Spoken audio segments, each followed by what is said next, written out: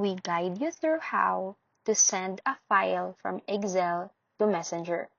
So the first thing you need to do is to open your Excel file and make sure it's saved on your computer.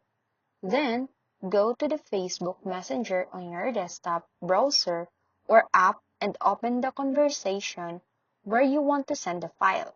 Next, look for the attachment or icon, a plus icon usually found near the message box.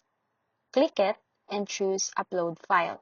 Then locate your Excel file from your folders and select it.